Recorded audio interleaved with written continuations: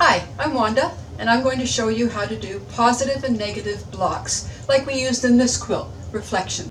To make these blocks, you're going to need 2 squares of background fabric, a square of feature fabric, and your design. We're going to use this maple leaf this time. You'll also need a piece of steam seam that's cut the same size as your squares. First step is to trace the design. Then we're going to peel the paper off the back of the steam seam and press it to the wrong side of your feature fabric, and there it is, done. The next step will be to cut that out, being very careful that we're not cutting into that background piece. I'm going to show you on here so that you can see it a little bit better. So it was like this. Okay, the next step is to take those 2 pieces of background fabric and our steam seam cut out, and we're going to reassemble it just like a jigsaw. Then pick the design up, peel the paper off the back, and pop the design back in.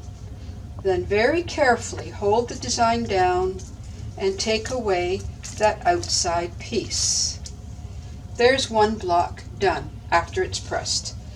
Take what was left, your cut off, take the paper off, put it on the second background piece, press, and now we've made 2 blocks. No fabric wastage whatsoever in this method. Now some people would like to finish it. You may need to come in a little closer for this. You can either leave the edges raw. If it's a wall hanging, it's something that's not going to be washed too often, that's fine.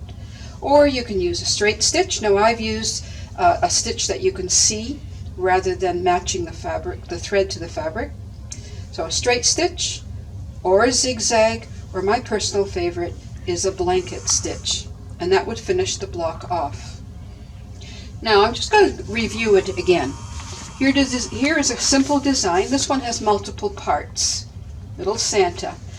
We're going to trace that onto the back of the steam seam and press to the back of the feature fabric.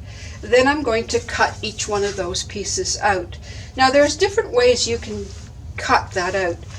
Sometimes you can, on a cutting board of course, you can make a slice with your rotary cutter, then get your scissors into that hole and continue with your scissors. I like to use this. It's called a shark applicator cutter, and it really does look like a shark. It's got a little fin here, and that's a safety feature for your finger. And you use this like a pen. So you're just going to go along here, roll it, roll it. Now this little curved edge might be a little harder, so I would roll here and then take my scissors and finish that curved edge. If you're going to get a shark cutter, then I would suggest you also get replacement blades, because it's such a small blade that it loses its sharpness quite quickly. Let's go back to our Santa. 2 pieces of background fabric. And I have reassembled this Santa. There's his little hat. It's gone in.